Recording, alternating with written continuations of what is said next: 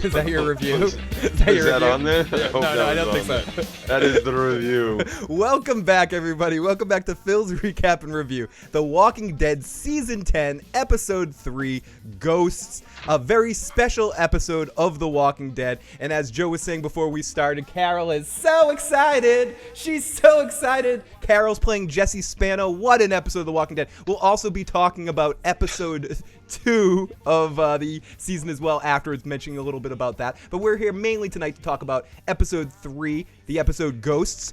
Before we get into this episode, I'm not alone. I have with me, of course, You're alone, dude. my trusty co-host who just can't wait to talk about this episode, Joe Dirty Locks. Hey, Joe, welcome. Joe is playing a little injured tonight, so he'll be with us as long as he can possibly deal with this situation.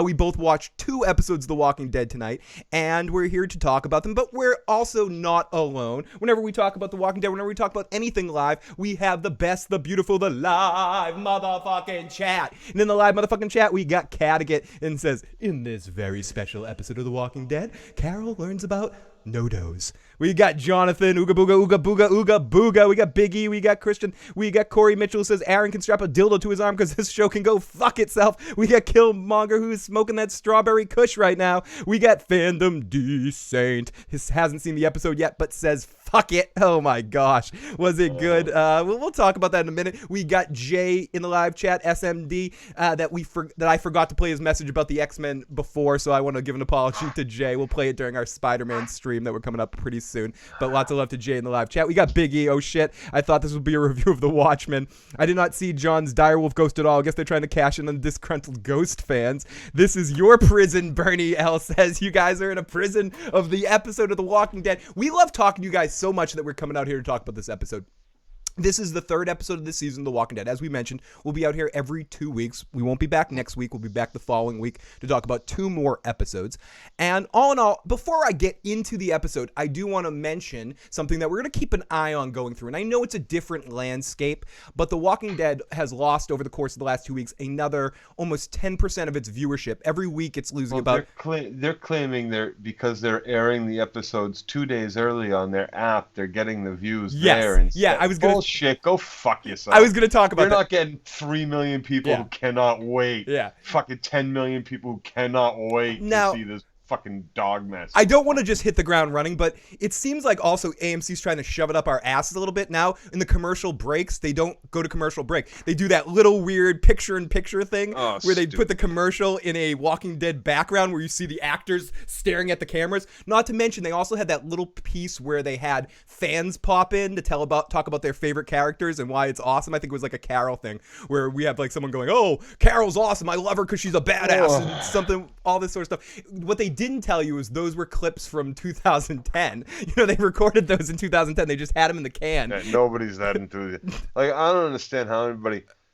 can go on that Talking Dead and talk good about this show right now. That's fucking bullshit. I don't know. Well, I turned on a few minutes of the Talking Dead and it was very funny as I was setting up. But also I want to mention this happened about a month before the season when CEO of AMC, Josh Sapin, said, we have an awful lot of life left in The Walking Dead. I mean, decades and decades of life left. He also said that the additional series and movie projections is a sign of the franchise's health, adding that this is an indication of a vital heartbeat in the franchise, Joe. What do you think about all that? I think he's just as delusional as fucking the writers. That they think they're writing something good or decent. I think the writers are trying to kill it, and like AMC just won't let it die. Because I don't understand. I don't understand. I have nothing positive to say. Okay. I don't even have a rant in me about this fucking dog mess, dude. This is like pure trash and shit. Like, really. I don't know. What bothered me about this episode was I felt like maybe what they're trying to do, I'm going to try to elicit some meaning. Were they trying to depict Carol's confusion from being sleep sleep deprived, and by making us as an audience confused on what was going on the screen some of the time. It was just a mess, and I don't understand why we had to do the time clock thing. I know what I'm going to try to get you to not rant about, but I'm curious of your opinion on it. Carol had a shot. She had a fucking shot. She went and Michonne pushed the gun away because why'd they put their guns down in the first place? Well, why are they doing anything this woman says in the first place? Because she has a nuclear bomb of tens of thousands of walkers. Fuck that. She's a cult leader. Fucking kill her. Kill Beta. Done. Again, I'd have to say that Negan... Have someone sitting there holding their fucking Uzi as they walk up. Just fucking open fire at all of them. Everybody. Fucking go. Like you did when Negan came out on his fucking balcony. Just start shooting them. Yeah, fucking stupid. That was stupid, fucking especially when we've seen that our group we have our toughest group members in that moment sitting around there. We have Daryl, we have Michonne, we have Carol. That if they had shot Alpha in that moment, then the bunch of the other whispers that were there I'm not going to say they would have been easy prey, but we've proven that this group of people is probably tougher than the average bear in many other occasions. We saw Carol take out, 100 of those wolves or whatever those peoples were. So she can't take out a few more, and I know she has a gun, but the weapons aren't too far away. You shoot Alpha in that moment, all the whispers freak out because their cult leader's dead. Most of them would, yeah. And then you have a moment to go grab your weapons and kind of set up a different situation. Yeah, remember too, this isn't how they fight. They don't fight with guns. They fight by sending walkers at people.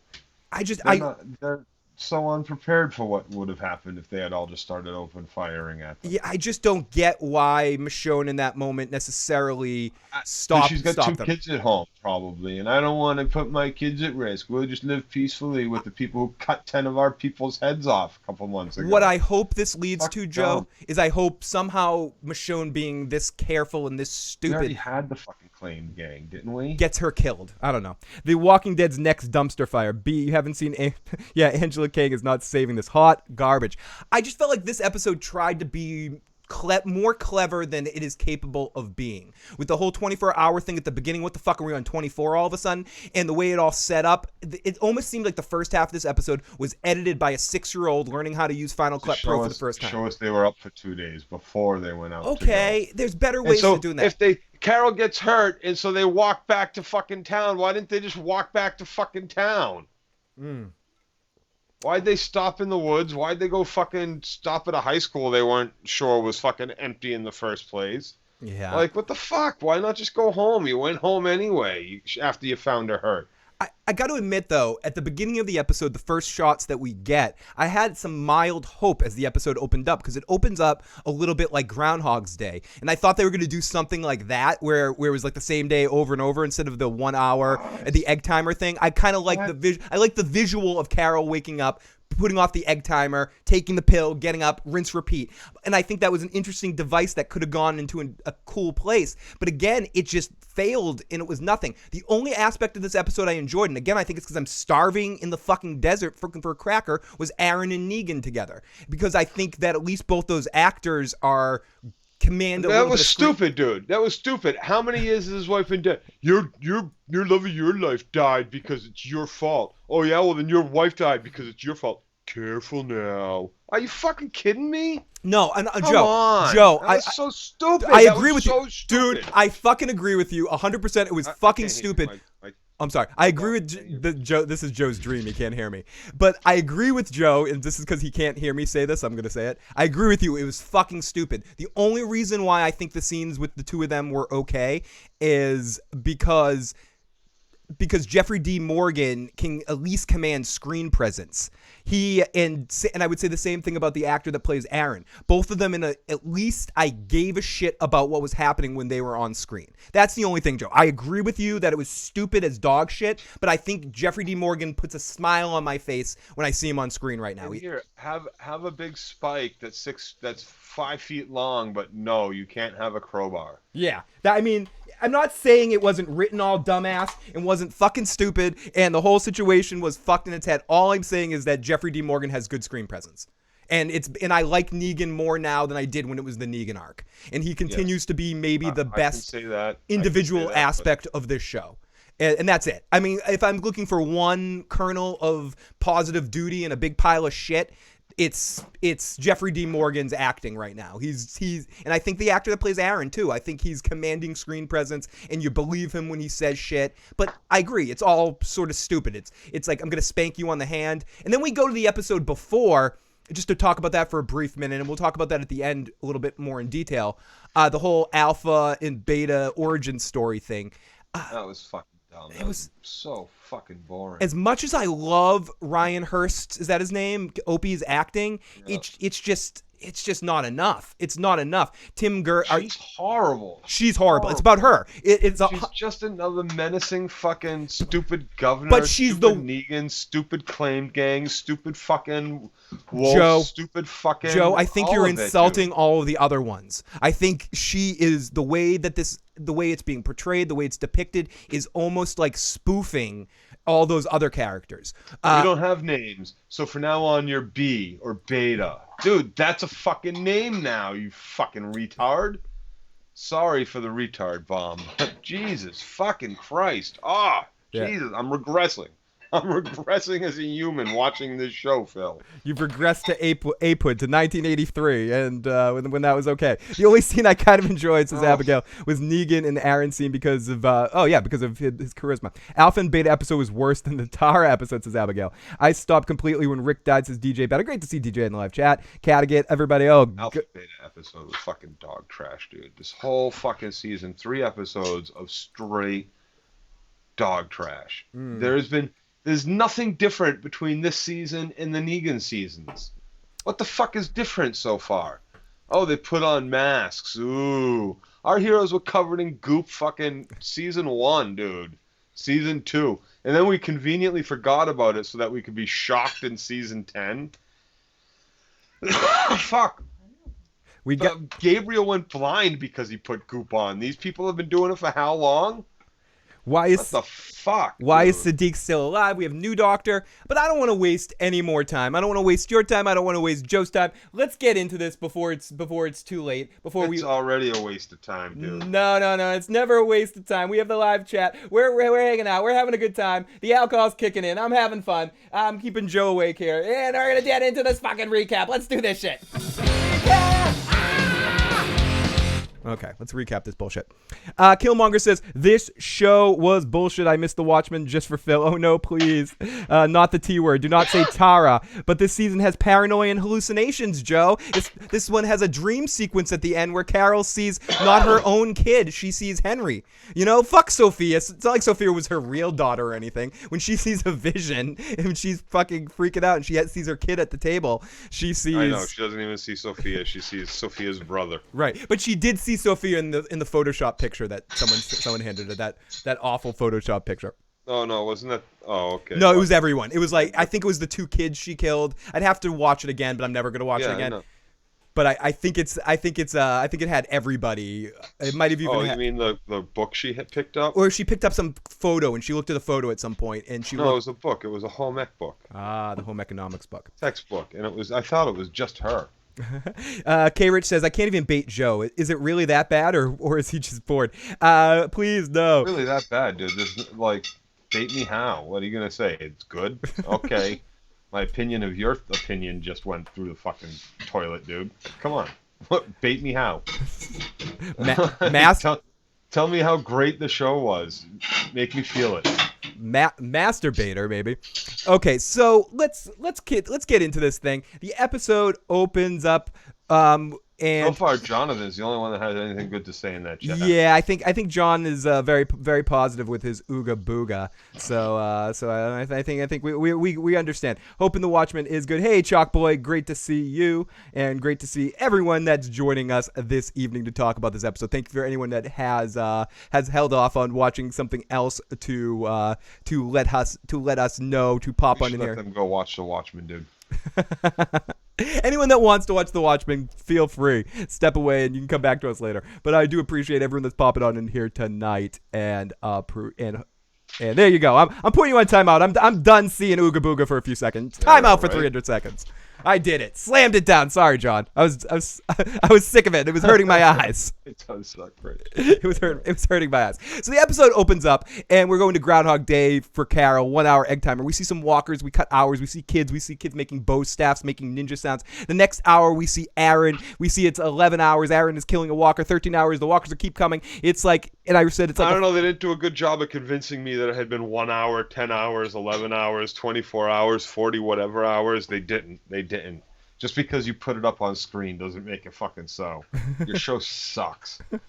Your way of producing sucks. That was almost as stupid as fucking episode 1 with your useless fucking chapter titles. It was pretty bad, and that to me is the over intellectualization of it. It was like if you and me were talking the breakdown of this illicit impasse of The Walking Dead.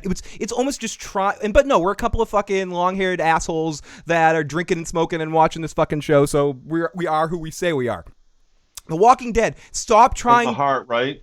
It's from the heart. That's it. Because like we're drunk, so it must be true. Right, exactly. Because we're tired, we're overtired, we haven't slept, and it's the most truest expression of how we feel. But my point is that if I don't know, it's just a bunch of horseshit. It seems like they want to make it deeper than it is. The biggest problem with The Walking Dead, and I think the problem where it all started wasn't necessarily anything else other than they wanted to believe that they were a show like Breaking Bad or Mad Men on their station or Game of Thrones. Or they wanted to be talked about in that same breath as a show that's telling some deeper story on a deeper level, when really the show does best when it just tries to elicit fear and elicit emotions out of you that put you in the position of the characters and ask yourself some real questions and give you relatable situations in a world that's not so dissimilar to ours. And how do you cope with that? That's what was so good about the first season of The Walking Dead, right from the beginning, when you wake up in Rick's perspective and you get popped right into it, and then that carries through for so many seasons up to at least season 4 or 5, wherever that cutoff point is, where you at least kind of feel some of the fear because you transition and transfer some of that meaning onto these characters. You see, who are you? What would you do? Which person would you be? Would you be Glenn rolling around that car screaming with excitement? Would you be, Merle? Would you be Shane and shoot the guy saving the drugs to save the drugs for everybody else? What would you do in those kind of situations? The show now has turned into some ridiculous caricature of what it used to be. And I think that is the biggest problem, because they try to be deeper than they are. Whether it be the first week with the comment, like, oh, we want to do something. You know what was actual footage of the writer's room? You know what was really cool in the first season of Game of Thrones when they had that like thing in the sky and all the different areas? Second season, dude. I'm sorry. But when second season, second book. You know when that was really, really cool. You know what we should do? Well, I guess it did. It showed up in the first one. Yeah, second season. No, it's not his first one. But anyways, not my point. It doesn't matter. We don't care about our research writer's room. But what we got to do is something similar to that, because it looks cool and it will add depth. And the same with this time thing and showing us 1 hour, 2 hours, all that sort of fucking crap. It's to try to make it deeper than it is. Just show us a simple fucking story. Don't try to put bells and whistles and douchebaggery on it.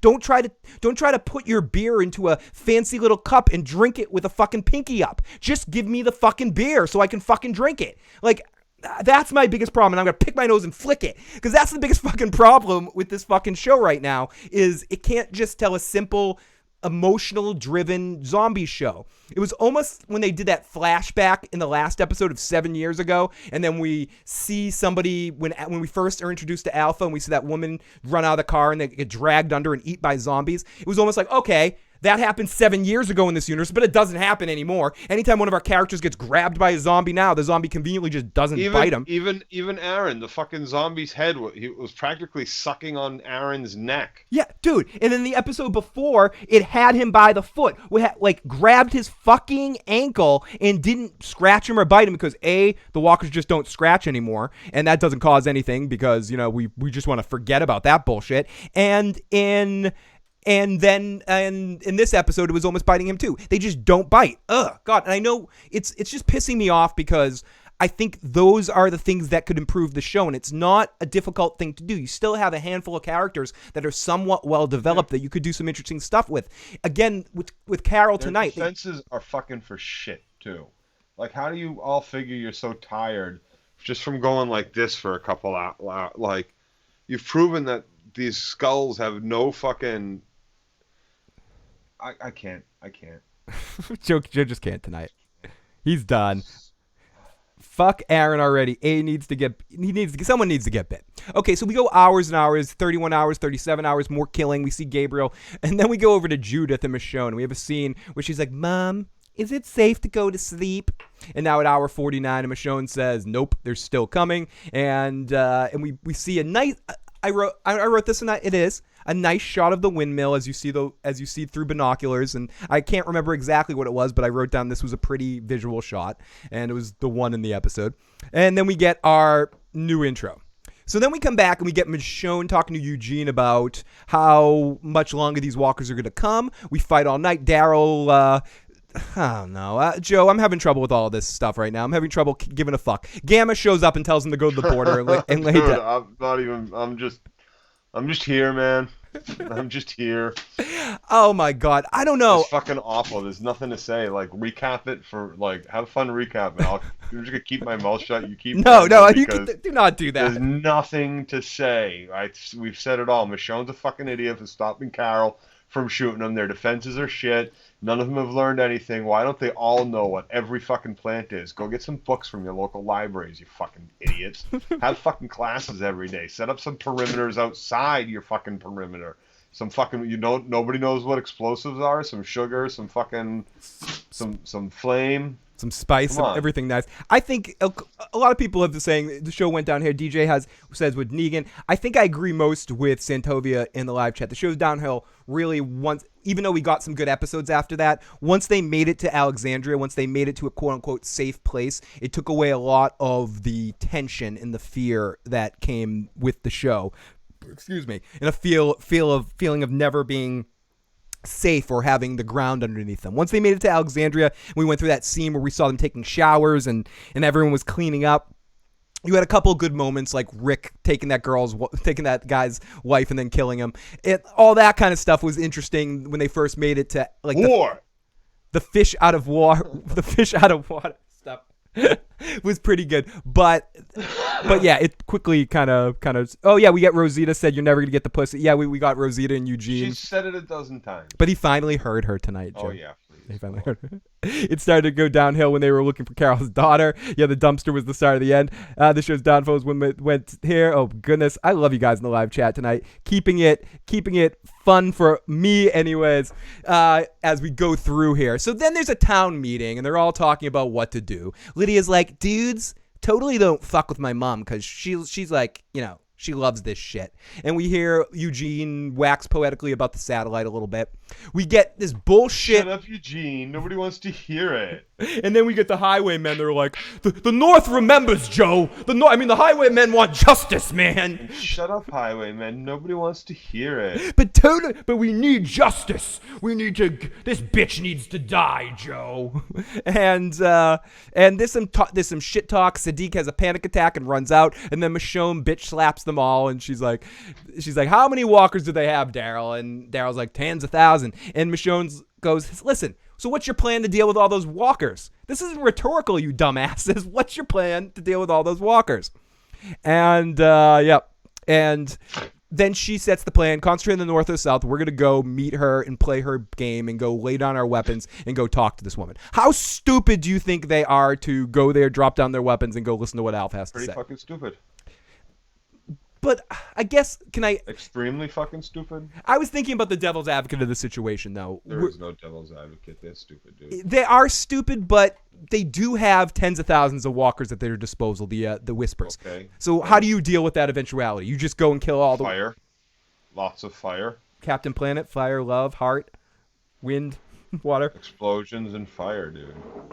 And... Cause the chaos in the herd that they can't take. Throw some fucking bombs into the middle of the herd.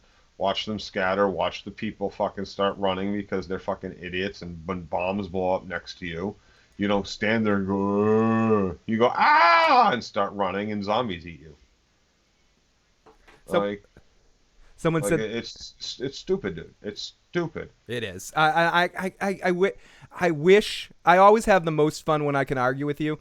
But I can't do it tonight, Joe. Yeah, there is no arguing. There's no love for the show left. And I know you have no love for the show left. I have no love for the show left. The only thing that I like about this show is two of the actors that are on it. And one of them, for 90% of the time he's been on the show, I've hated what's come out of him. You talking about Jeffrey D?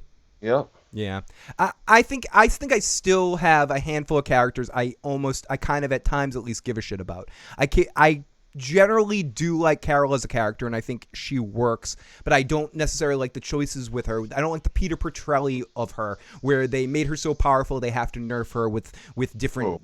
With Carol, it seems like they nerfed Carol, they nerfed Daryl. Michonne is a shell of what she once was. They nerfed them all. Yeah, and as much as I do think Carol... Give Aaron an awesome mace hand and then don't watch him use it. Well, we watched him use it a little bit. One swing? He used it a little bit. He used the knife to kill the walker that was, necking him. I know. How did he survive that? He got some in his eyes and he went blind. Negan is awesome, but he had to die. But he has to die. Negan is going to be our leader in 2 or 3 episodes. It's happening. As soon as Michonne is gone, Negan's in charge. I'm convinced that they're setting him up as a good guy, not another heel turn. So Michonne is like, what's your plan? Then we get Aaron, who gets his mace attachment, looking like Inspector Gadget with that thing. Carol's got her gun that she hides. She eats some more pills, some stay awake pills. She's so excited. Again, she is so excited. Then Gabriel is like, bring Negan to Aaron. Aaron, this is Negan.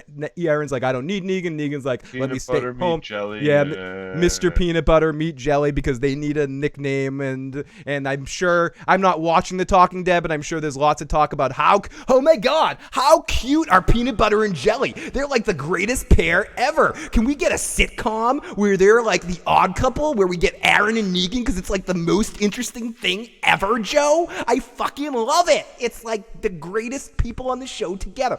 All jokes aside, I think it is the 2 most interesting characters together, and I said it earlier, I generally enjoyed their scenes together, but it doesn't make a lot of sense. It's just like watching Waiting for Godot and watching 2 actors that I'm enjoying their acting, but I don't give a shit about what they're talking about because there's no meaning behind it. But at least I will say, if I'm talking to you about improvements, so to speak, the improvement that I have so far in these first 3 episodes, and I love it because you're going to fucking hate this, but this is the only improvement I'll say, that instead of us focusing on a lot of characters I don't give a shit about, the stupid stories this season seem to be focused on at least the characters I care a little bit more about. We get Rosita and Aaron, a little bit more of our old crew. We haven't spent too much time with Magna and, sorry, let me get you up on camera. We haven't spent too much time with Magna and her whole crew this season so far. Backwards? Is it backwards? No, I have to turn. No, it works. Let me do this again. Turn it back up there. Full view. Back it up a little bit. There you go. That's Joe's official review of tonight's episode. But what is generally better this season, I will say, than the last couple. Take this to the microphone and then go in the other room. You can. If you need to take a break for a second, please do. So, but again, Joe, that's my only improvement. That at least we're focusing on characters I give a shit a little bit about. Negan and Aaron, the new couple of the apocalypse. How can Negan exist without Rick? He can't. It's pointless. It's peanut butter and jelly time. It's peanut butter and jelly time. I agree, Phil. He will be in charge when Maggie comes back, so she's gonna have an issue with that. How can Lydia exist without Carl? How the fuck did it happen? Fuck Ollie. I mean Aaron. So peanut butter meet jelly. You two are the new hit couple. So here we go. So then we see Aaron and Negan, peanut butter and jelly, doing some killing. And Negan's killing people with a broomstick. And he goes to get a crowbar. And Aaron's like, drop it. Drop it, bad dog. Joe, could you tilt the microphone back towards you again? There you go. There you go. No, sorry. I want it. You can have that weapon, but you can't have this weapon. Yes, exactly, because I'm somewhat worried about you with a crowbar. I think it's just, if anything, this made a little bit of sense of just him wanting to make sure Negan knew his place and didn't think too much himself. And yes, Negan and Aaron are officially, they've declared they are peanut butter and jelly, the greatest ones of these around. Yes, they are. Aaron and Negan are shit buddies. So, our newest shit buddies, Aaron and Negan, are killing walkers. They're a good killing machine. As Alpha said in the episode before, I like killing with you, is the look Negan gives him. Aaron's a little bit grumpy. Speaking of grumpy, we get Michonne, and then we get our heroes in the dark, dropping their weapons, except Carol, who keeps her gun. Eugene and Rosita. Then we go to Eugene and Rosita, who are killing, and Eugene says to, hey, Joe, this podcast could go all night. And she's happy, and she does give him flirty eyes because she's teasing him and keeping him there in the moment. She's like, yeah, if I flirt with you, you'll stay here, won't you? And Joe is done, says DJ Better. Yeah, Joe said all he needs to say about this episode at this point. Joe's like, why did I agree to come back for this instead of Vikings? Oh my god. And pretty much. And here we go. I think we got a special. Well, to be fair, all the character and actors I liked on Vikings, with the exception of Agatha, were killed off and gone. Bjorn's still there. I said all the characters I liked. Floki! Again. Joe. Ooga booga. Joe, ooga booga. Joe, come on. Ooga booga. Come on, Joe. So, I'm tired of the changes. I'm a badass. I hate killing. I'm a badass again. I'm a junkie. Lather, rinse, repeat. Even listening to the recap of this shit makes me want to drink. Cadigan is my shit buddy. What's up, Jay? Great to see you. Great to see everybody. Okay, I'm getting drunk and I'm having fun. And, okay, so then here come the whispers and they're ready for their little powwow. Alpha's like, listen. I can't do an Alpha voice. Listen, we had one rule. And then Daryl is like, fire. It could be burned down. Alpha says, fire is normal. And she said, you didn't cross our borders one time. You crossed our border 3 times. Fire during the winter and some other time with the metal arm guy. And we're always watching you. Did they have... Right, because imagine that. Scouts. Oh my God. What a novel idea. For real, though, when it really comes down to it, the Whispers seem to work in a better organizational method than our main group does in some ways. Our main group is just bickering in the fucking town hall. Yeah, it doesn't seem like they really know what's going on here. Okay, so the real YT says, I was upset how Tyrese died, not checking the room as we saw him since leaving the prison. However, I left the show when everyone loves Chris died. And everyone's saying when they left the show or when the show died for them in a way. Joe, do you want her to do the next recap with me so you don't have to? Joe. As whatever gets Joe not to have to watch this episode. So, but no, as much as I would love to talk to you, DJ, this is my own torture device on Joe. Otherwise, we never talk. So Alpha says blah, blah, blah, and they say blah, blah, blah. She said you have to be punished. And then the weapons come out. Carol's ready to shoot, and or what? The weapons come out, and everyone's ready to shoot. But Alpha says you're going to be punished, but we've got to take context into key here. And you guys... Listen, you came out for decent reasons. No one's going to get hurt today. This is going to be about taking more of your land. And Carol doesn't like that shit because this is where she hunts. And she's about to say bullshit, and she stops herself. And Alpha's like, "What were you gonna say?" And Carol is like Joe at this point in time and goes, "This show's bullshit. Kill my character. This show is bullshit right now." And Daryl's like, "Let's go." Alpha wants to teach Carol a lesson, and Alpha is like, "You should look at my feet. You should fear me. Look at my feet."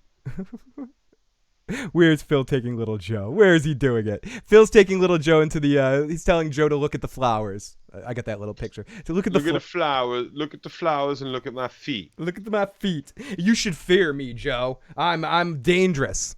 And you can't go nowhere till you look at my feet. And Carol says, I feel nothing. The pavement is your enemy. And then we hear, and then Alpha totally decides to I killed your little boy. He yelled your name. Oh yeah, well we feed and clothe yours. Oh, what? Was that a secret? Whoopsie. And Carol tries to shoot her, and Michonne stops and then apologizes to Alpha. And she says, I forgive you. Idiot. What the fuck, Joe? Fucking idiot. I don't give a shit. Stupidest moment.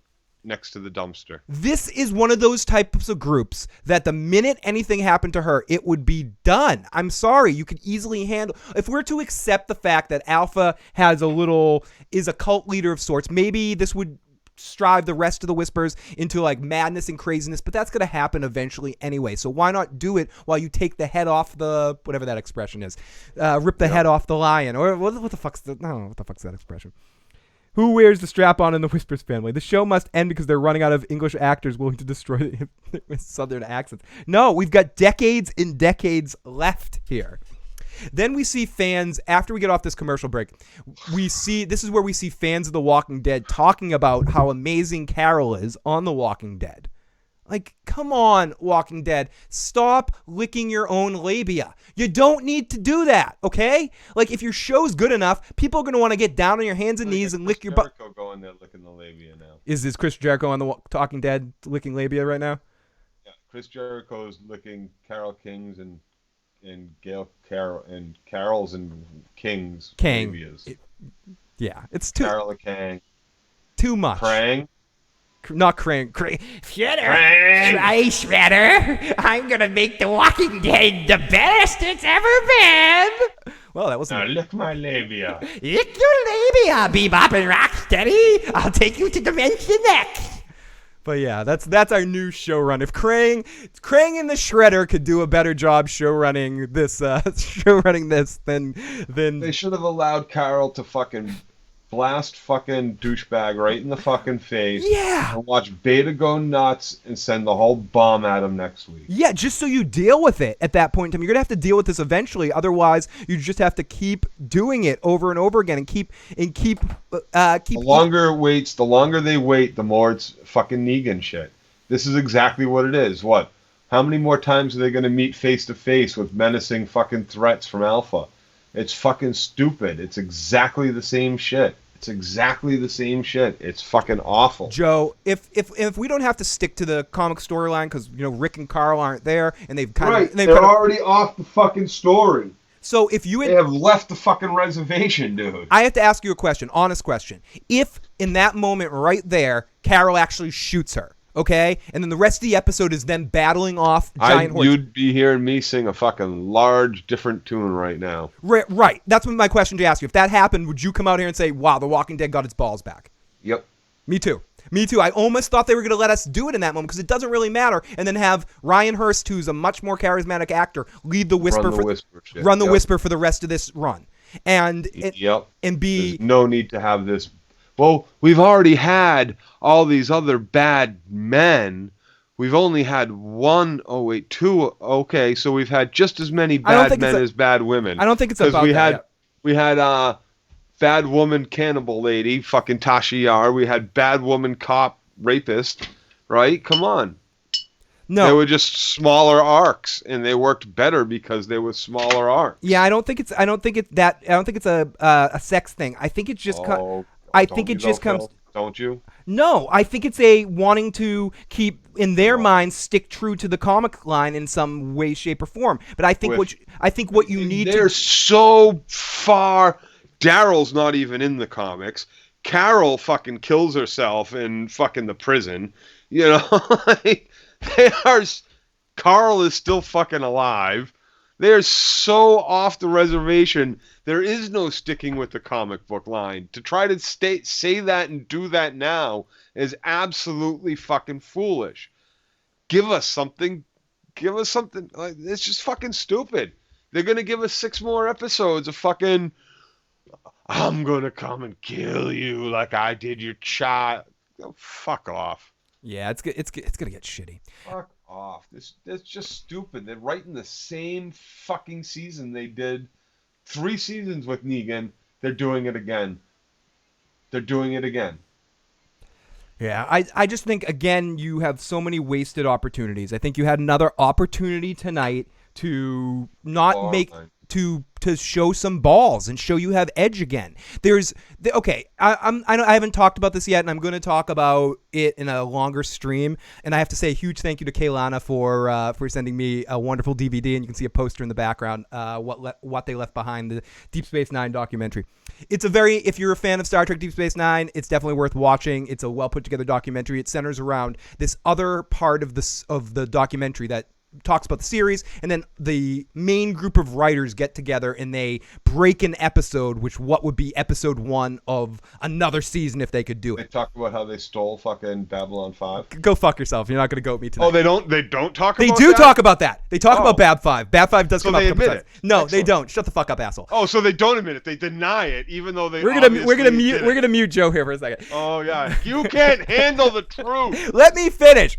Basically, what my point is, they set it up here at the beginning where they show you how they break an episode. They talk about it, and they say they kill a character, one of the main characters in their projection for what the first episode would be, because in their words, in the writer's room, this is Deep Space Nine. We want to show the audience right away that we have balls. You're not watching Star Trek Discovery. You're not watching some Love Boat in space. You're watching a show that has consequences and shit could happen. This isn't about whether Babylon 5 was a show like that as well. A show that proved that anything can happen at any time and has balls. The Walking Dead used to be like that. It used to be a show that you couldn't relax because you knew at any time something fucked up could happen. The show The Boys on Amazon gave me that kind of feeling. A feeling like, oh my, what the fuck? That just fucking happened? A dolphin just got thrown through a window, spoiler alert, and fucking died? What the fuck just happened? You know? Melted. Yeah, like, what did I just see? And The Walking Dead had a chance tonight, Joe. They had it in you had a chance and you fucked it up! You fucked it up again! If they let Carol shoot her and then you have mass hysteria break out and they send the whole horde at them and you deal with crazy Beta dealing with that and then Lydia having to deal with the fact that her mother's dead and really see how she deals with that, you can create a real This was your chance to get Michonne off, too. Yeah, I mean, she's going to be, I'm sure it's going to be much more of an organic, natural way where they get her off the show. Right? It would have been so good. Shoot Beta and then have her fucking bleed to death and die on the way back to town. Bleed out on the way back. They're carrying her. She just fucking dies. Starts to try to bite one of them. Lynetta says, episode 2 was trash episode. Hot garbage. Yeah, it was a filler. We already fucking, this is how they met. Oh, look, she looked at us. She wouldn't let him see the face. Then he let her see the face. That's such stupid. Okay, so we come back in and Michonne is going to Carol and she's like, dude, I'm so sorry. Carol's like, well, the bitch has got to die, which I thought was a fun line. Again, people can say what they want about the episode being stupid. I agree. I still think some of the individual performances are out. I think Carol, as an actress, put on a good performance tonight, playing Jesse Spano in the zombie apocalypse. So we come back and Michonne is like, I'm sorry. Daryl is basically like, she ain't been the same since she's off that boat. And I'm thinking while I'm watching this, no, dude, she's the only one making sense because she wanted to fucking kill Alpha. She went there with a plan to kill her, like all of you should have. You should have come, not just that small group. You have another group also come in the dark. And the minute Carol shoots that gun, Carol says to everybody, listen, I'm going to take my shot. When you hear that gunshot, you come in from behind and fucking kill all of them. And you just come in and then we sandwich them in the middle. We flank them. That's the word, flank. Yes, we flank them. And we friggin' stomp these whispers out, and then we kill the leadership of them, and then we worry about the all-Sarans that are all a bunch of followers anyway that follow this stupid idiot, so they're not gonna do anything on their own. Again, I don't want to bemuse this one point, but I feel like I could talk 2 hours just on the fact that they fucked it all up by not having a plan to kill Alpha. You knew where she was gonna be, when she was gonna be, and that she thinks you fear her so much that you wouldn't take a shot. And you have someone like Carol who's like, I don't give a fuck. I'll kill her and I'll die doing it. I don't give a fuck. She would have totally let herself be killed to kill Alpha. So let her fucking do it, or let her try. Fuck, dude. Kaylana says, shut the fuck up, Phil. Shut the fuck up. Shut the fuck up. Okay, so we come back in and we got Deep Space Nine fans. But seriously, Kaylana, thank you so much for your wonderful gift. Daryl's like, she ain't been the same since before. And then then Carol sees 3 whispers. Is this the start of the hallucinations, or do we see later that she actually did see them? But I'm not sure. This is where it gets convoluted, and we start to get into the weird sleep deppy kind of stuff. Hallucination starts with The 3. No, hallucination starts with Daryl talking about his dad and Oh the ghost. yeah. I think She actually does shoot a walker in the woods. We see it at the end, dead with a bullet hole in its belly. Right, but she didn't she see? Oh, yeah. That's where I was super confused. And I'm not gonna. She may or may not have hallucinated being in when she was hanging upside down and stuff. Right. No, that was a hallucination. That must have been a hallucination. Well, it said she fell, and it looked like they were in the. She put off a couple of shots in that, or at least one shot in the. I don't know. She might have been in a trap. It just seems kind of strange that like you would be able to like that one spot in the gym she walked into that was just as big as her foot to step in that trap. That's like pretty fucking lucky right there. Yeah, I can't be. So I'm gonna say she tripped over a fucking corpse on the ground, but she did shoot somebody in the woods. I gotta be honest. I was not. Maybe that was the point, and I'll give the show creators a benefit of the doubt here. Maybe they were trying to. I said it earlier. Maybe they were trying to make us feel like Carol was feeling, and it worked because I felt a little bit confused. Phil, isn't it lazy to still use the pictures? Oh, shut the fuck up, Jay. No, it's not lazy. I keep that stuff up because I like these characters better than the characters on the show. It's not lazy because I can easily make a Photoshop shit. You want to see my X-Men one that I make? I purposely keep this shit up. Isn't it lazy to keep saying the same comments over and over again and keep questioning me about those? Come on, dude. Shut up.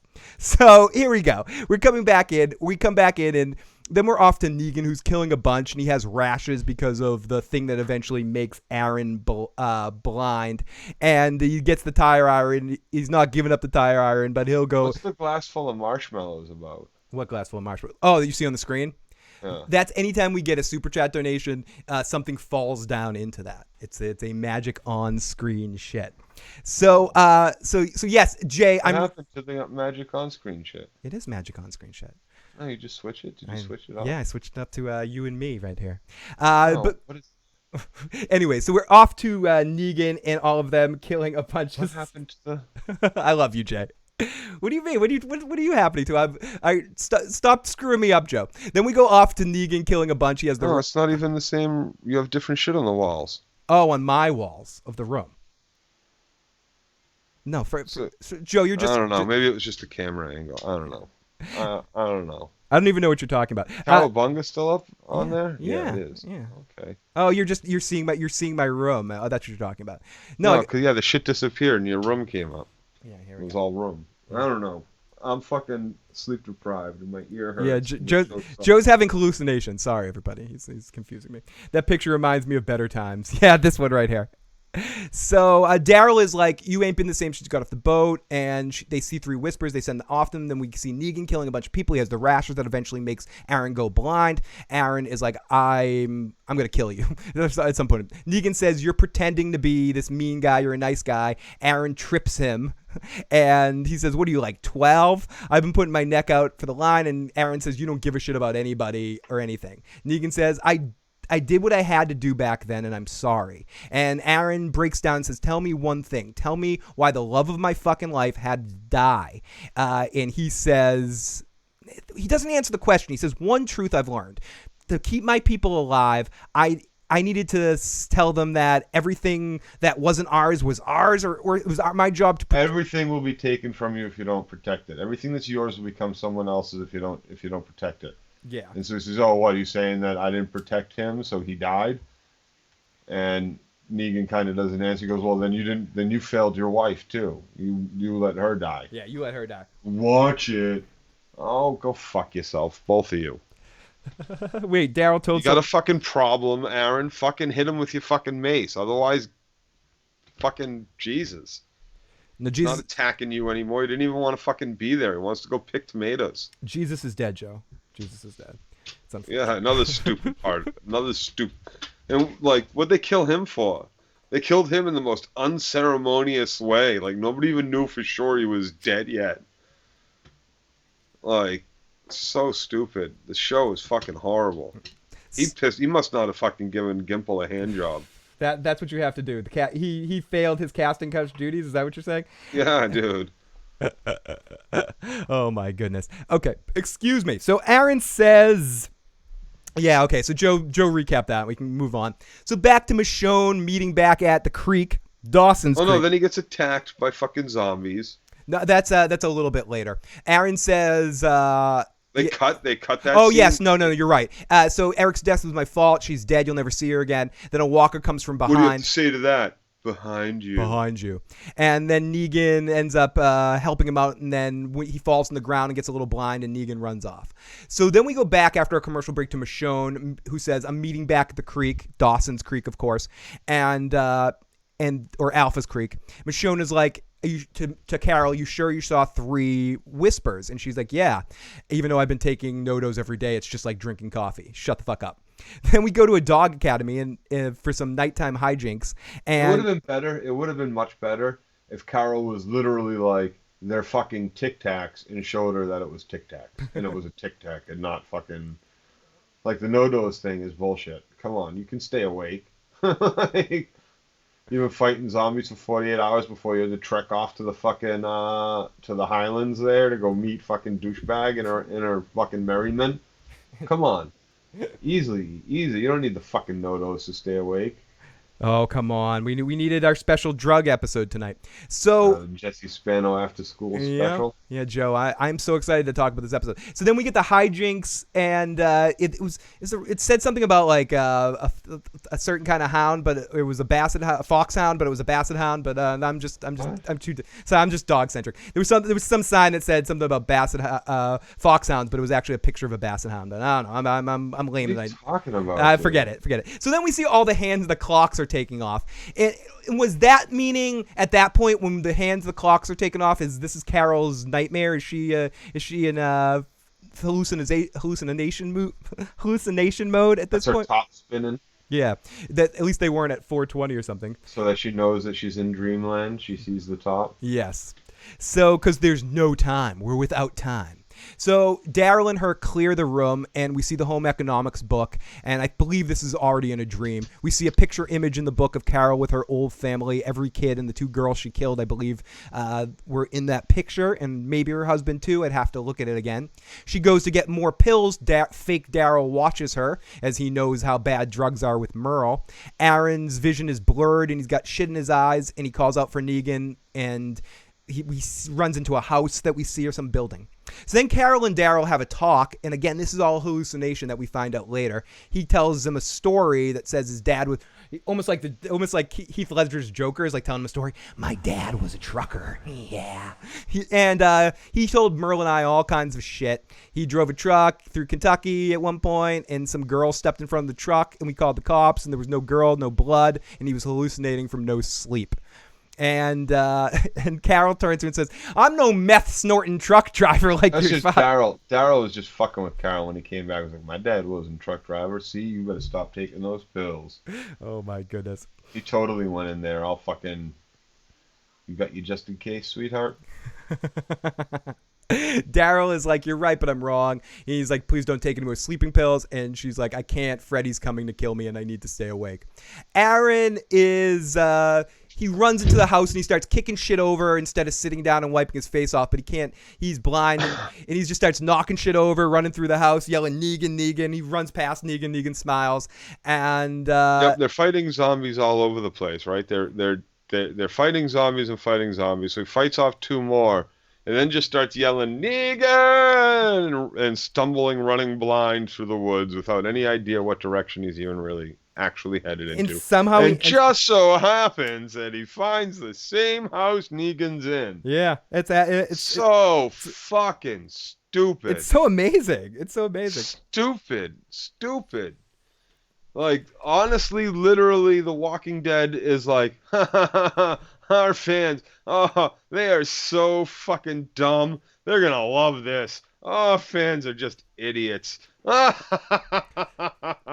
Listen, our stupid fucking fans How could they watch?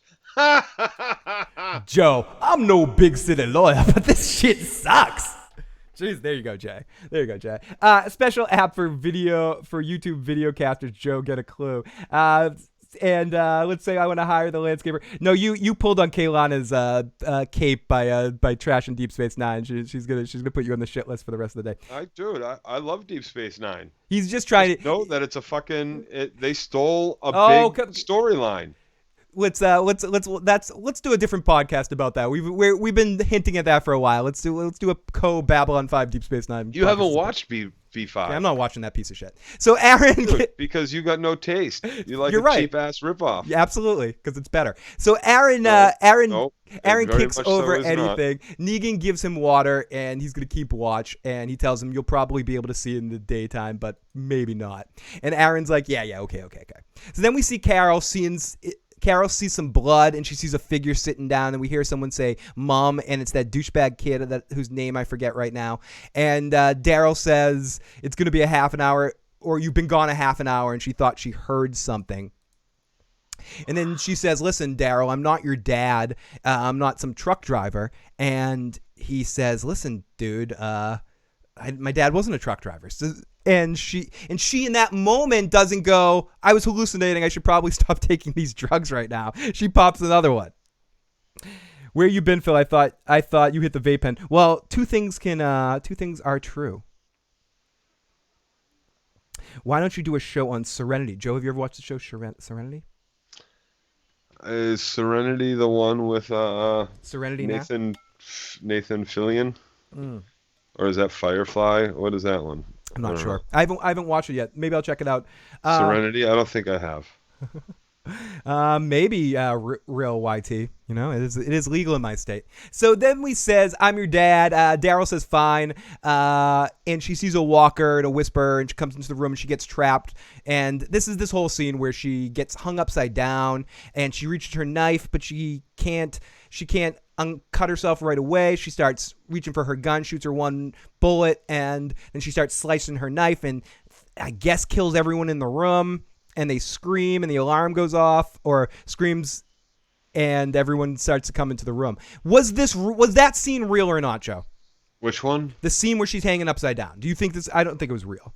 Henry. That's right, Henry. No, I don't think it was real either. They would have heard that many walkers probably coming into the building. Mm-hmm. I tend to agree. And yes, Kaylana, they are trying to humanize Negan. That's basically what they've been doing since he's been put in that prison cell. They're trying to make it so they can have Jeffrey D. Morgan be the star of our show, at least in my opinion. That was exactly where they're going. Carol has issues. Serenity is the movie of Firefly, says K-Rich. So let's continue here. Then I think I have seen it. Carol does have issues. Nathan Fillion shit, right? I'll have to lean on you because I haven't seen it. And it came out like a couple of years after like the series ended. Yeah, it's Firefly season 2 done as a movie, says Jay. Yeah. I watched that shit. It was good. It was better than I thought it was gonna be. It was a good cowboy romp season 1. I'm surprised that it got canceled. A lot of people were pissed about the fact that it got canceled. I didn't watch it when it was on. I watched it like years later. So they bring Carol to the doctor after she's all fucked up at some point in time, and the doctor asshole guy and Sadiq, he tells Sadiq to get the fuck out of there as he finally notices that Sadiq's having some problems, and Dr. Dick calls him out on it. He says, "You're not good. Get the hell out of this. I'm doing this." Then Dr. God. Yeah, Dr. God. And Sadiq says, "Oh," and the doctor says, "Get the fuck out of here." So then Negan asks Aaron if he can see him, and he says, "Yup," and he says, "Good," and that's all we get there. Then we see dead walkers. We see we hear some shit talking, like a bat shit badger. And this is the scene with Eugene and Rosita where Eugene basically... Like the way he runs away with his hands at his side, arms not even swinging, all dejected. Did he really think he had a shot here? Apparently he's delusional. She was gonna fucking murder him fucking 6 episodes ago, but... And I can't lie, her performance in that scene was horrible. I don't know if they took the first take on that one or not. And you know me, I go out of my way on this show or on all of our podcasts, and even when storylines are shitty as fuck, to compliment good acting. And I'm very rare to point out really bad acting and be like, because I've tried it and I'm a shitty actor, which is why I don't do it more. Rosita sucked. They could have done a better take on that. This scene, she was just awful. The way her mannerisms, the way her facial expressions were, it was just unbelievable. And I know they were trying to play her that she was tired, so whatever, but it ended up coming off as just really poor acting to me. I don't know. So maybe I'm being harsh, but it was just... No, it sucked. It was horrible. Horrible. And they're humanizing Negan, and then Maggie returns. Yeah, I think they're doing that to set up so then Maggie and Negan are going to have to be the wacky pair that tries to run everything together.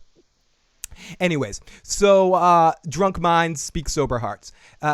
So he's like, dude, sleep depth is a hell of a drug. And she's like, it's never going to happen. And he's pissed off and he runs away. He's like, the only reason I've been friends with you for this long and I'm taking care of your babies because I thought maybe at one point in time you would grab my penis and stroke it maybe even a little bit and make me feel good. And then I could touch you in your body. And I thought this was going to happen and that we were going to love each other and roll off into the sunset. You used to let me watch you fuck Abraham. So why wouldn't I think that you might want to touch me sometime? And no, it just didn't work out. It was bad. So, Joe, you should watch Young Justice. It's the most awesome DC show ever made, better than the Batman animated series, Justice League, and anything else you can think of. I've heard good things about it, actually. I felt sorry for Eugene. I mean, it's literally made him into a fucking beta male to that slut. Rosita, says Cattigat. She wouldn't have Eugene if he was the last man on Earth. I think that ship sailed when she was having sex with Abraham and she looked out of the corner of her eyes and saw Eugene in the back of the room going, I mean, yep. Once you see someone like that, it's kind of destroys them as a possible, partner kind of situation. If they're not already a partner of some right, sort. Exactly. If you're already a partner, there's nothing wrong with that, and you can allow them into the room and feel comfortable with them for play. But I don't think Eugene's the kind of guy that could have some play and not be like, I've fallen in love with you, Joe. You couldn't just touch Eugene once if you were bored one night. He would be outside your window with the stereo. I'm going to use these satellite parts to recreate the Lloyd Dobler part from 16 Candles and Dobler or whatever his name was. And just it's not 16 Candles. Say anything. I'm sorry. Say anything. Before the live chat corrects me or the audience. Say anything. Not 16 Candles. 16 Candles is Ducky, right? Is that 16? Ducky and the fucking dude sitting on the table. Yeah, Molly Ringwald one and Anthony Michael Hall. And no, where's Molly Ringwald and that with like the rich guy or the guy from Weekend at Bernie's isn't he the good looking guy, and James Spader's in that movie too? Is that, or I'm blanking? All those Judd Hughes movies kind of run together with me. Yeah, you're all over the place, dude. No, I think I might be on something here. So then we see the other. Oh yeah, I'm thinking of Pretty in Pink. I'm combining Pretty in Pink, 16 Candles, and Say Anything all into one gigantic movie. And I think when you're bringing Anthony Michael Hall into this, you're bringing The Breakfast Club into it too. I think we're combining all of them into one gigantic movie in our memory right now. Well, he's definitely in Sweet 16. He's a scrawny little boy in that. Mm-hmm. He's great. He's a very funny guy. Got the panties out. Yes. Hello, Kitty, in the live chat. Oh, I love seeing names I haven't seen before. Hello, Kitty. Great to see you. Great to see all of us. And again, thank you to everyone that's joining us tonight. How's Kuropi doing, Kitty? Oh yeah, so Puchaku. I was always more of a Puchaku fan. I wasn't a fan of any of them. Those girls are fucking out of their minds, dude. Yeah. It's probably one of them. Yeah, well, it's probably your ex. Wasn't your ex Hello Kitty, or was she Kuropi? I think she was Kitty. She was Kitty. Each one of them had a nickname, and I think Kristen had Kuro. And I think Janelle was Puchaku, if I believe.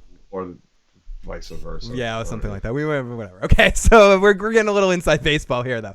But okay, so the other DC, the other doctor comes out and he doesn't sell he doesn't sell Sadiq under the river. He says that Sadiq saved the day, and then he comes out and they drink some moonshine and he tells me right, because that's safe. Drinking the moonshine. No, not selling. Oh, not telling everyone. Yeah, not telling him that the doctor's got post-traumatic stress disorder and hands are fucking shaking, can't do anything. It's like when Christian Troy saw Sean McNamara's hands shaking after the Carver incident. He didn't say, "Listen, Sean, why don't you do careful plastic surgery?" He said, "Sean, get the fuck out, even though you're a better surgeon than me." Fuck, if Nip Tuck can learn, can't you? Idiots.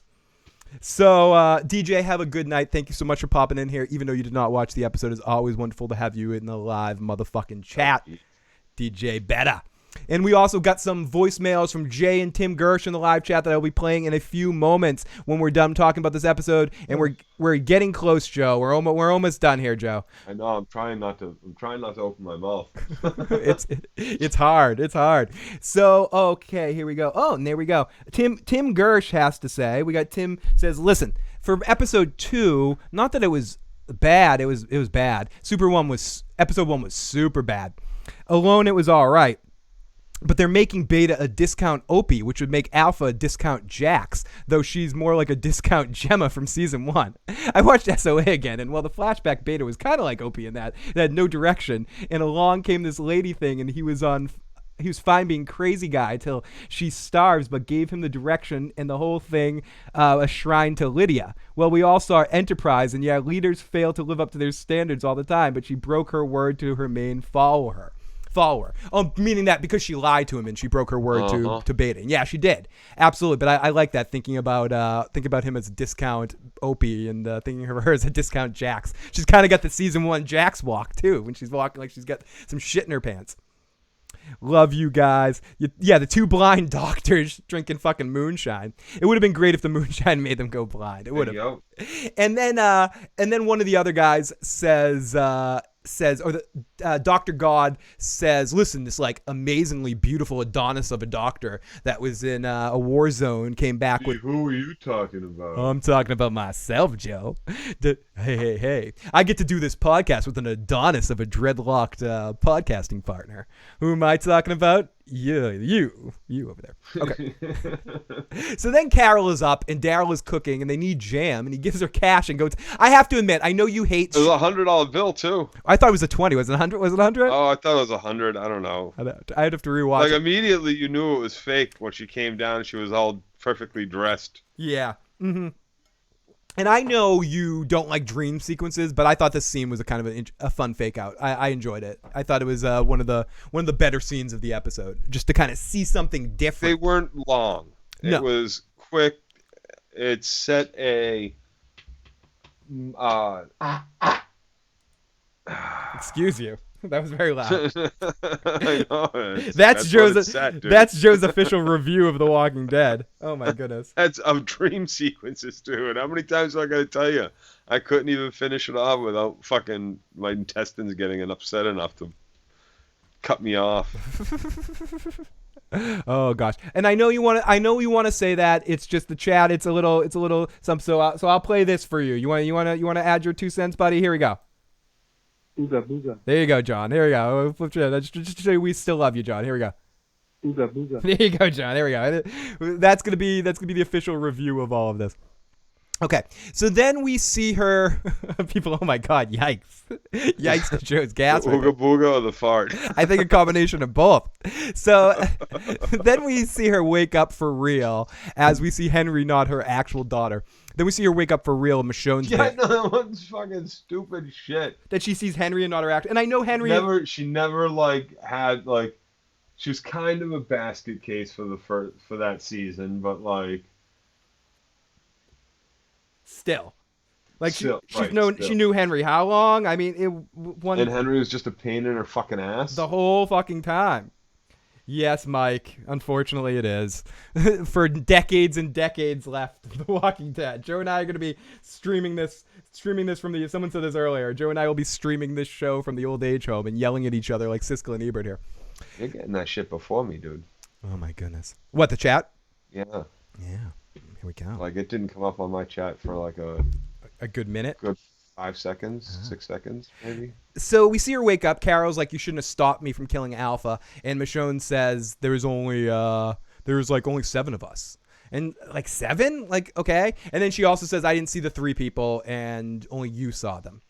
And Michonne goes to sleep with her kids, and they sleep. Then Carol and Daryl have a talk, and she's... You believe me, right? Yeah. Yeah. I totally believe you. As he's smoking a... No, he's smoking a... Where's he getting the tobacco? I guess he's plucking it. I guess it grows somewhere, right?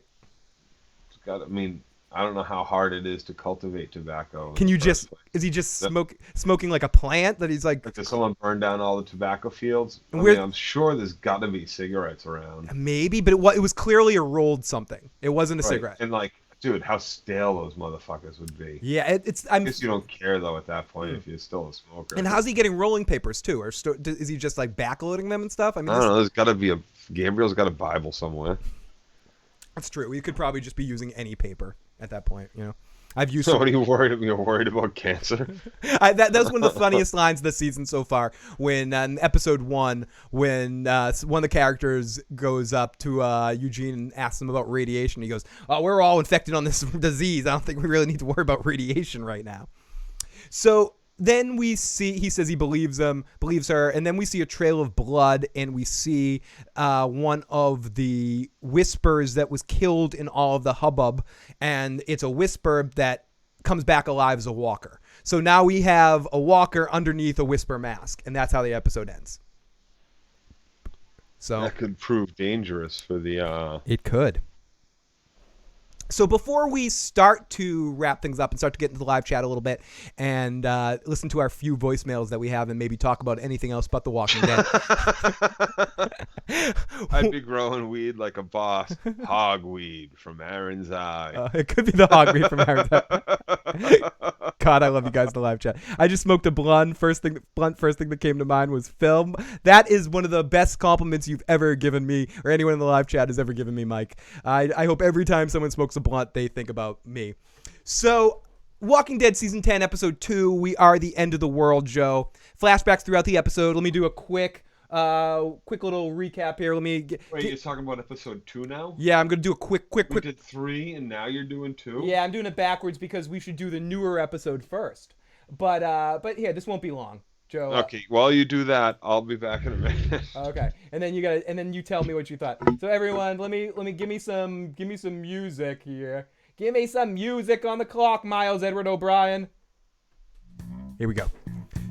Season 10, Episode 2. Flashbacks throughout the episode show Alpha and her daughter Lydia following the events of Omega, sometime after the onset of the zombie apocalypse. But some years later, prior to the show's presence, the two have learned how to walk among the walkers by covering themselves up in goo, staying as quiet as possible, and going through the walkers with them. Lydia, still frightened, carrying a stuffed bunny doll, wears headphones to muffle the sounds. But when the walkers stop to devour a corpse, one bumps into her and knocks her off, causing her to panic. Her mother drags her to a nearby place for shelter, and when they encounter a hooded man that looks awful lot like Opie from Sons of Anarchy.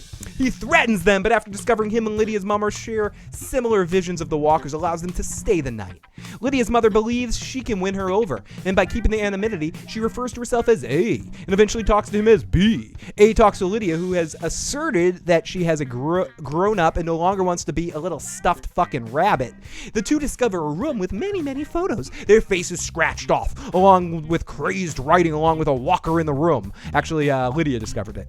And then A kills it just as B enters, collapsing on the walker's body in remorse. And we saw also in the flashbacks that were going on that Beta's wearing the shirt that was on this walker, so it's some sort of friend that he was holding on to. He recognizes the walker as one of the close to the hooded man. The hooded man refuses to leave his companion. A gets the idea to take the skin off B and says he can have him with him forever, creating the origins of Alpha and Beta in the Whispers. Then in the present, Alpha orders Beta to collect more walkers for a nearby parking garage, having him take 2 sisters to follow him. At the garage, Beta successfully lures the walkers to follow, but one of the sisters, Frances, who Alpha is forced to leave her baby behind at the hilltop outpost in Bounty, believes she heard a baby crying nearby and panics, causing the walkers to turn on them. Beta rescues Frances, and then they return to their camp without the walkers. There, Beta is ready to kill Frances, but Alpha takes Frances for a talk. Frances cries, and Beta becomes concerned that Alpha did not punish Frances and for showing weakness. And he says, "Listen, Jax, they're not going to respect you if you don't kill the Mayans first." And he wonders why they haven't attacked the other groups. He follows her to their old camp and discovers Alpha has a small shrine set up to Lydia, including her old bunny. Alpha says, "I miss my daughter. She's alive." And it's weakness. He's showing weakness. It's not attacking the communities. You are being you need to show more power. Show power. Stupid McFly. Your boards don't have power. Then Beta assures her that she was made for this world. Then Alpha destroys the shrine altogether, with Beta, and they repeat the whisper code. We are the end of the world. Alpha asserts that they will soon attack the community. Just then, they see a fire trail of the fallen satellite overhead and crashes nearby, drawing walkers to them. Amidst the chaos, Frances sees one walker with a baby carrier and again panics. And Alpha rushes in to try to save her, but is overwhelmed by Frances's sister and dragging Alpha to safety, pushing Frances away into the mob, sacrificing her own sister to save the cult leader, David Koresh. So and then, as the Whispers find shelter, Alpha... She doesn't even do anything. She jumps on her back and just screams in her ear. Ah! Ah! And... Stab her! Stab her! Francis' sister rushes in, dragging Alpha to safety, pushing Francis away. And at the Whispers camp, Alpha is impressed with Francis' sister's sacrifice and dubs her Gamma. And the Whispers go into investigation of the foreign satellite, and Alpha pulls off her mask, eyes Carol from across the ravine. And that was that episode. You should be playing fucking Uncle Fester, dude. So, yeah, maybe that she wouldn't be a bad, no Christopher Lloyd, but she would be a good Uncle Fester. So that's our episode 2. Joe, out of these 3 episodes, do you have a least favorite? Yes. Which one was all of them? All of the above. All of the above. Do you specifically? They don't get progressively worse, and they don't get better. They just all suck, dude. I think the second episode was my least favorite because well, least favorite doesn't mean least good. Okay, which one was your least favorite? The stupid one in the middle. The second one, I agree. It was everything I didn't know I needed and never wanted. You know, I don't care. We don't need a backstory for everybody. This isn't. And we don't, especially 2 characters we really don't give 2 shits about. Yeah, it's and at least we're supposed to give a shit about Beta because he's hers. Because he's a name. Like, sorry, that's not how this works. Yeah. Like, you introduced him, he's a fucking buffoon, supporting a fucking buffoon, and, like, neither of them are the dynamic character that Jeffrey Dean is. Someone said I just started quoting Back to the Future too because of Phil. Beautiful recap. Thank you for watching this shit for me. Thank you. That's basically what we're here to do. We're here to watch this shit for you guys. Yeah, there was no need for a Whisper origin, in my opinion. Lesser of 3 evils. Yeah, I don't think so either. No need for it. So let's play some voicemails, Joe. Let's do that. Let's do this shit. Let's see. What do we got going on here? First of all, this is the most important call of the night. Shut off the music. Let's listen to this one first. Ooga booga. Okay, that's good. Let's listen to our good buddy Jay. Okay, first of all, did they announce Michonne was going to die this season? And second, it's masochistic if you both have no love for the show and you still continue to watch and review it. Yes, it is, dude. Basically, you're just reviewing it out of man, Spite. We've reviewed this many episodes, so now we gotta finish, basically.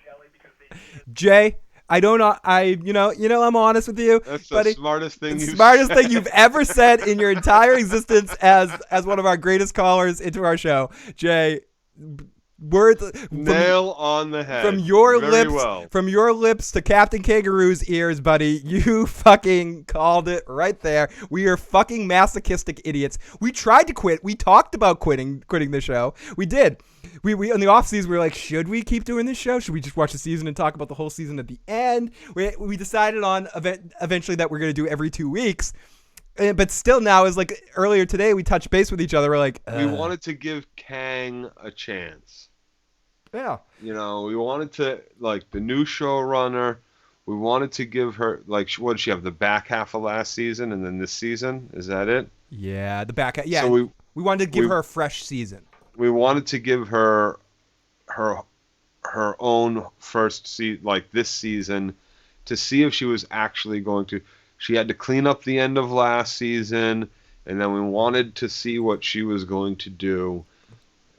Hopefully breathe new life into it, and so far what I'm seeing is this is the writer that Gimple was the runner, but she was the main writer, and nothing's changed.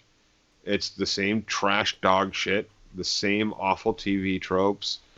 I mean, the only thing, like, again, I like looking at it a little bit more than I did. I think the last couple of seasons looked more like shit than this season looks. That's the only thing I can say. But the Nothing editing compares to the Darabont years. Yeah, and yeah, I think season 1 is an arguably year. Well, didn't he just do season 1, or did he do season 2 as well? I think it was just season I 1. think he did the first 6 episodes and then season 2.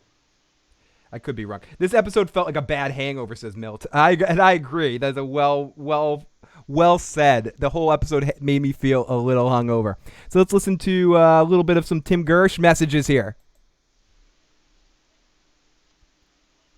Well, first of all, shut the fuck up, Bailey, Okay. and shut the fuck up, Joe. Okay. Well, shut the fuck up. It's your turn. Second help, It's your turn to I talk. go great with things if we make sure.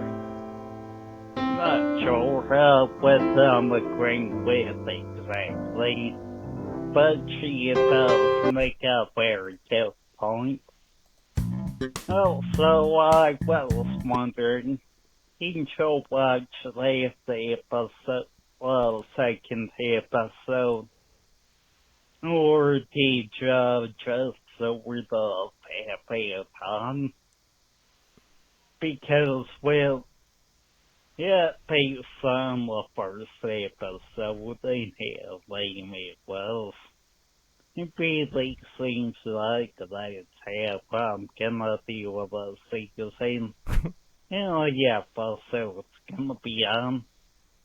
I'll be in the room. My eyes will be open.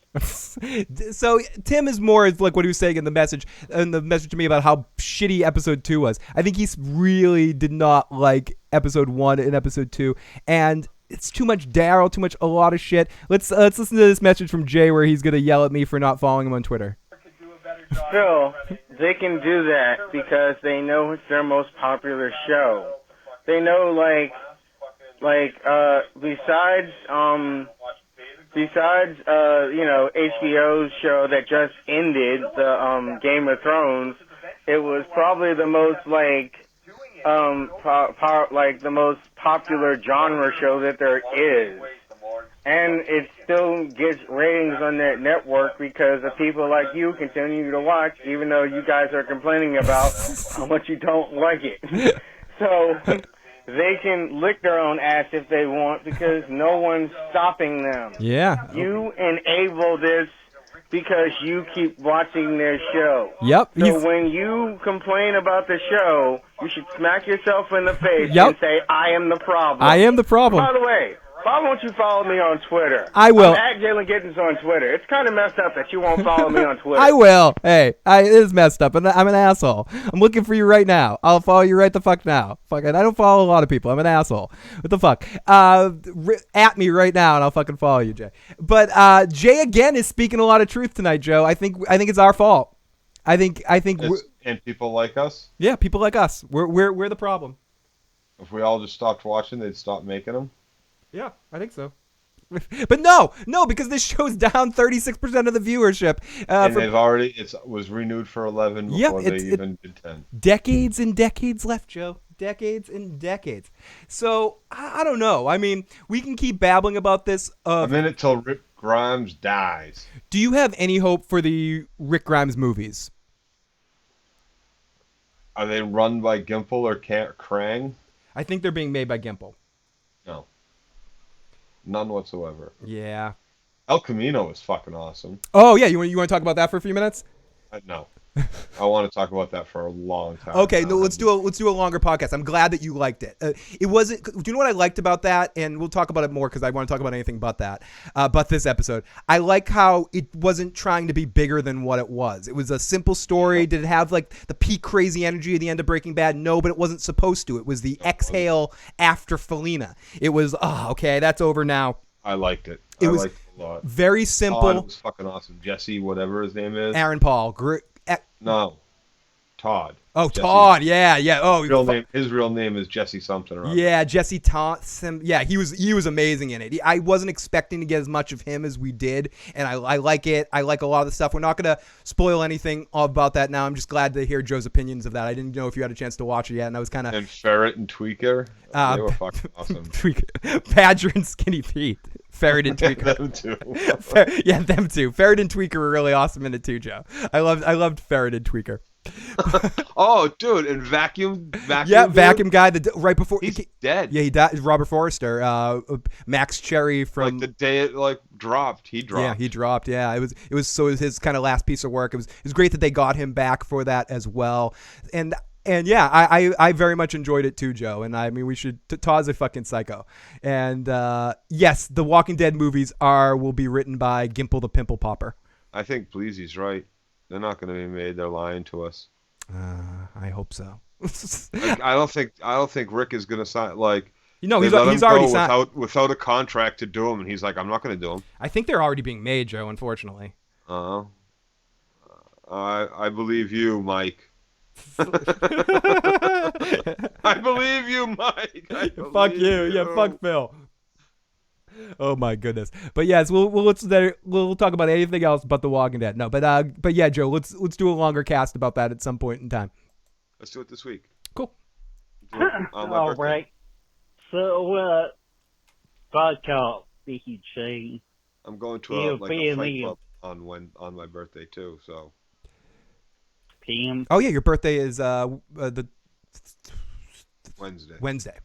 And fellowship. Where are you going on Wednesday? Like a gym to fight. Oh, to fight. Yeah. Interesting. Yeah. Get my face. Yeah. Fuck hell, those bullshit all their next, ain't. Yeah. I don't get it. She's just talking slow. It's like, I'm out. I talk with. Exactly, Tim. Tim's in the zone tonight. Yeah, no, absolutely. 100% Tim. Let's see what's Reed's gonna say. Oh, this is Reed, by the way. Great stream. I still don't watch The Walking Dead. I'm still haven't watched El Camino. Probably gonna do that today. Matter of fact. Anyway, you guys rock. Joe needs a Xanax or some better weed. Bless his heart. Hope to see more like that one. Oh, okay. I think that was sent on Thursday during our X-Men cast as well. So we might as well, because I want to keep Joe here. Force Joe to be on here a little bit longer before I let him go. So let's play. I want to play Jay's fucking message. Okay, here we go. Let's see what Jay has to say here. This is in a tribute to our X-Men cast the other day. The worst X-Men movie is crowned and always will be had by X3. Shoot, I saw the Phoenix, okay? Yeah, it wasn't good. I didn't really like it. It was a drop-off from X1, X2, and First Class, and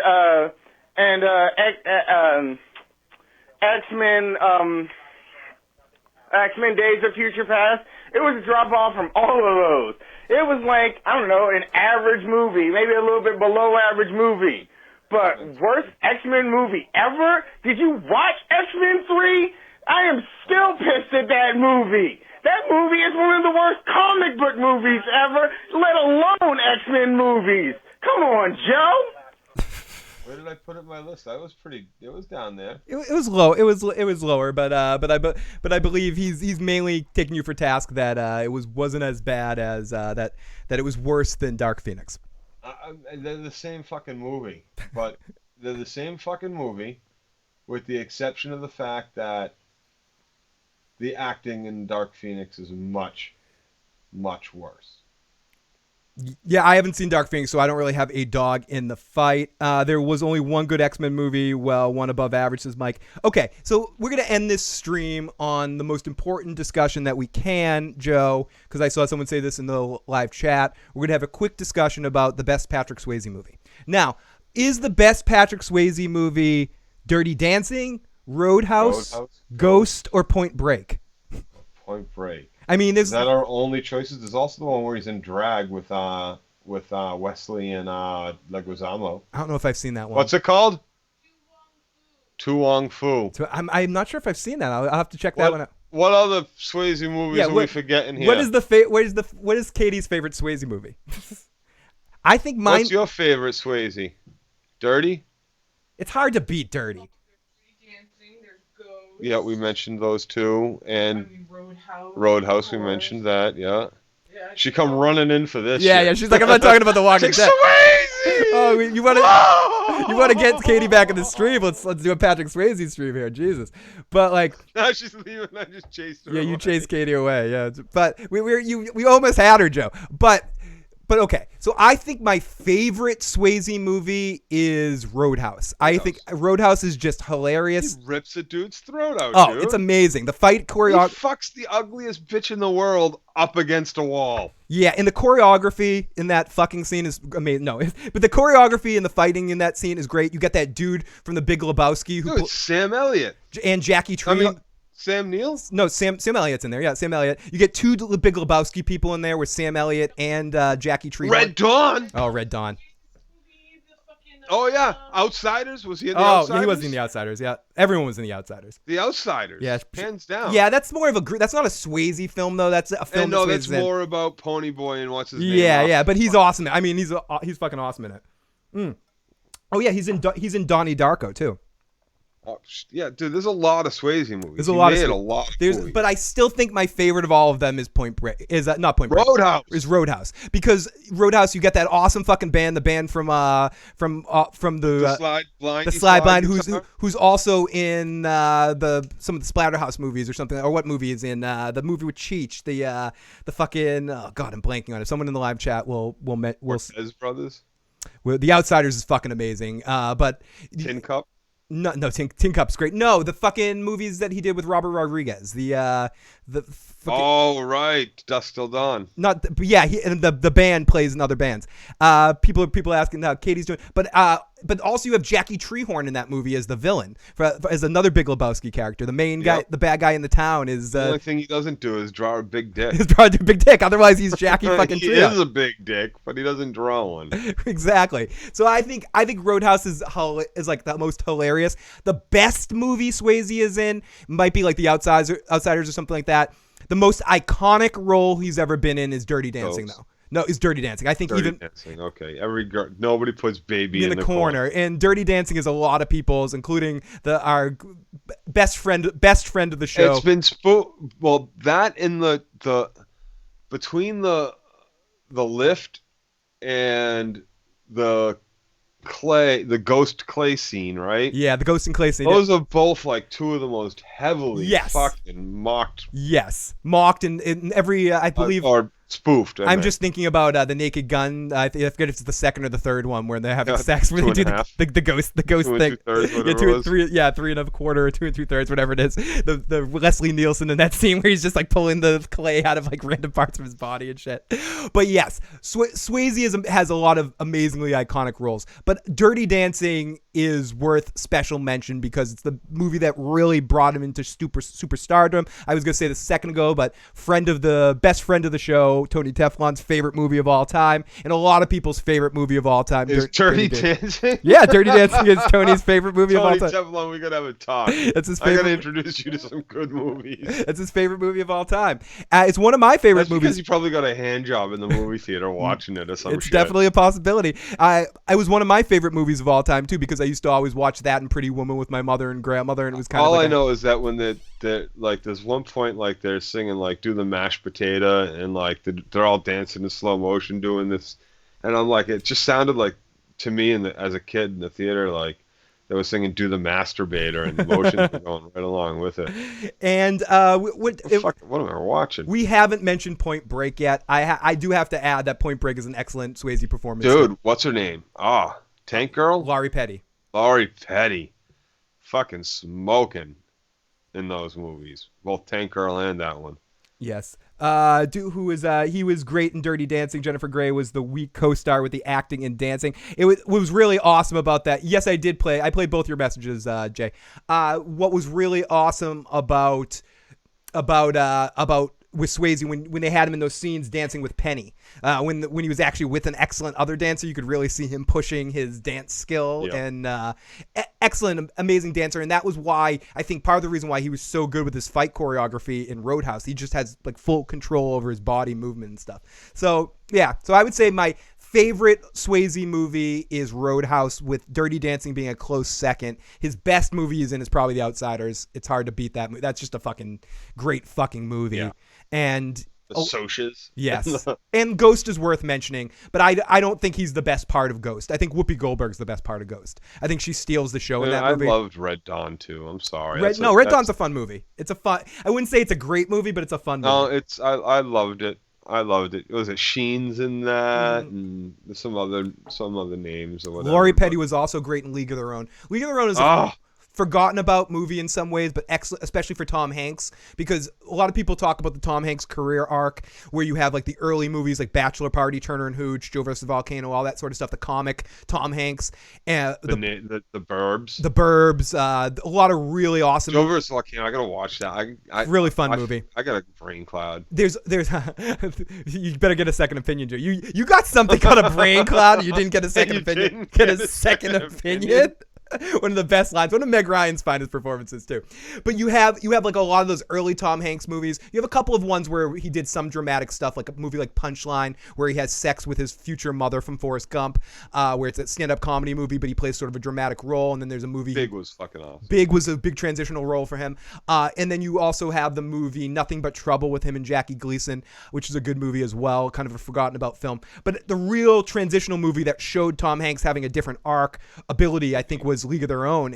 I mean, a lot of people think it was Gump in Philadelphia, but in League of Their Own, when he just plays this character, he gains all this weight and he just is almost unrecognizable. He's hateable and he's like a real miserable kind of asshole of a character. And I think he's still funny too. He is still funny. I think he manages to be funny in almost everything he's in, except for maybe Philadelphia. But even Philadelphia, I believe he has a couple. That was like fucking. That was a barrel of laughs. That movie's hilarious. Rolling in the aisle. Yeah, definitely. It's a hilarious movie. Let's talk movies like The Last Dragon or something. No, I'm gonna have to let Joe go here in a second, but we wanted to end things up with some fun conversation, like the Swayze and the Tom Hanks conversation. What are your couple? Give me a handful of your favorite. What are your top 3 Tom Hanks movies?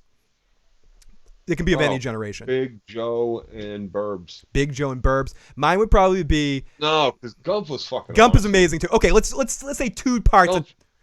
Gump is awesome. Fucking God. Definitely not Mermaid. Yeah, and I mean, we're saying Splash.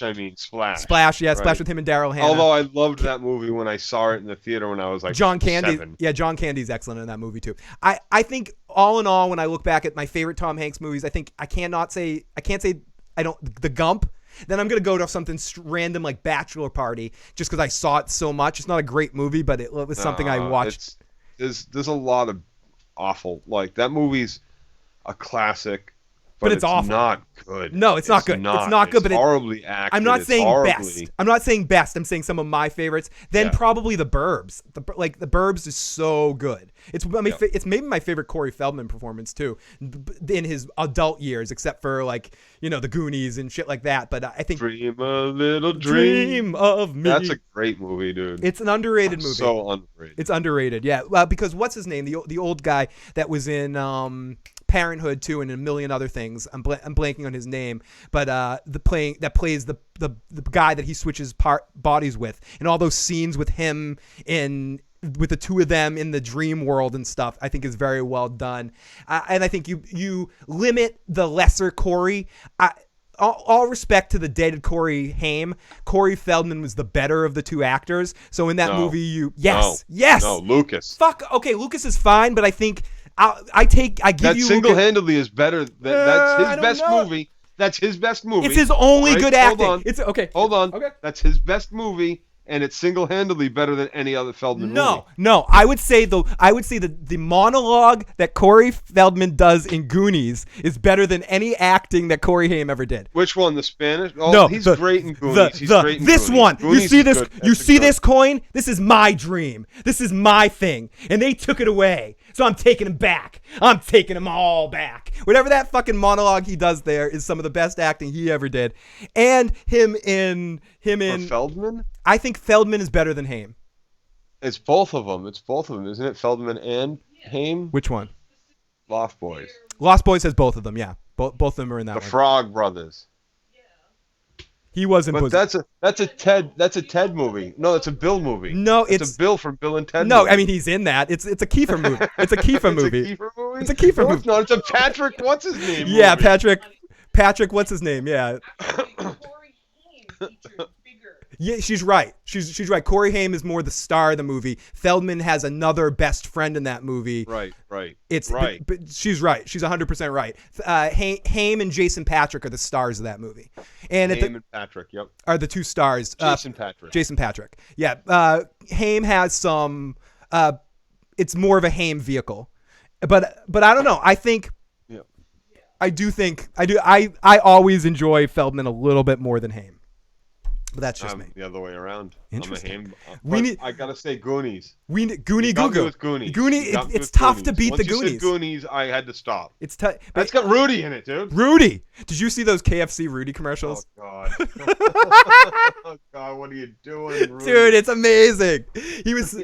Doing Rudy. Oh, he doesn't need it. So everybody, we got to do a Corey Haim and Corey Feldman podcast where we rank the Corey Feldman and Haim movie series. I think it will happen that. Lost Boys the best. Bosom buddies. Everyone. And on that note, everybody, if you haven't already and you enjoyed this discussion, please hit the like button. Please hit the subscribe button. Join us for more silliness. You have a silly idea for a random topic you want us to do a podcast on, we're looking for them at this point, whether they be Corey Feldman versus Corey Haim, talking about Tom Hanks movies, talking about, who else did we talk about tonight? Oh, yeah, Patrick Swayze. Oh, and yeah. He's going to come out and have a freestyle when we just fucking dish on all the shit that we but do. I would like to do something like that, but if we just came out here... Freestyle Friday. Freestyle Friday? Here, you want to do a Freestyle Friday?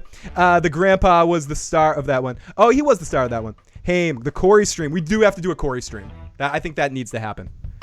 Okay. But yeah, I agree. If we're wasting an hour and a half talking about The Walking Dead, we can waste an hour and a half talking about Corey Feldman and Corey Haim movies. I think it needs. Well, I bet we could get Corey Feldman for that podcast. He's not doing much. You think so? I think we could.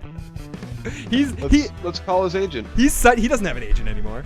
Come on, he doesn't do work. Well, I mean his wife. His wife. No, him. He doesn't have a wife. He has a harem. Yeah, I'm pretty sure I saw him on like the Ellen DeGeneres show where he just has a harem of women that follow him around and stuff at this point.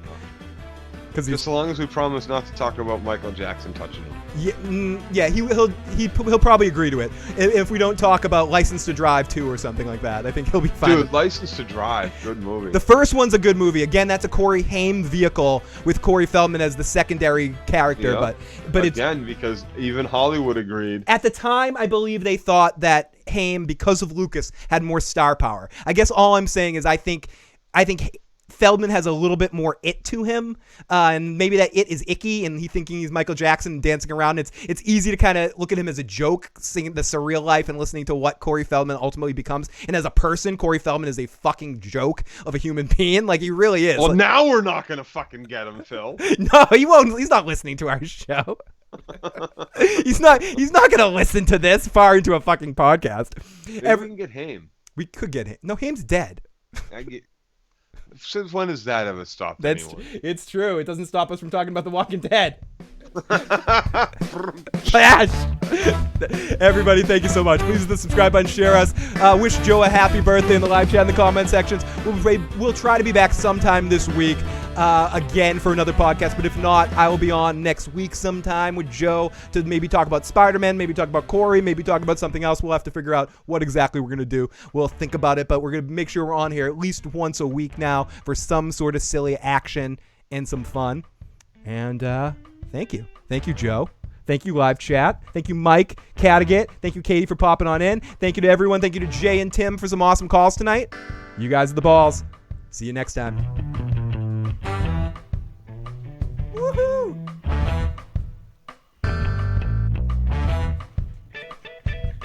Joe's a very young 48.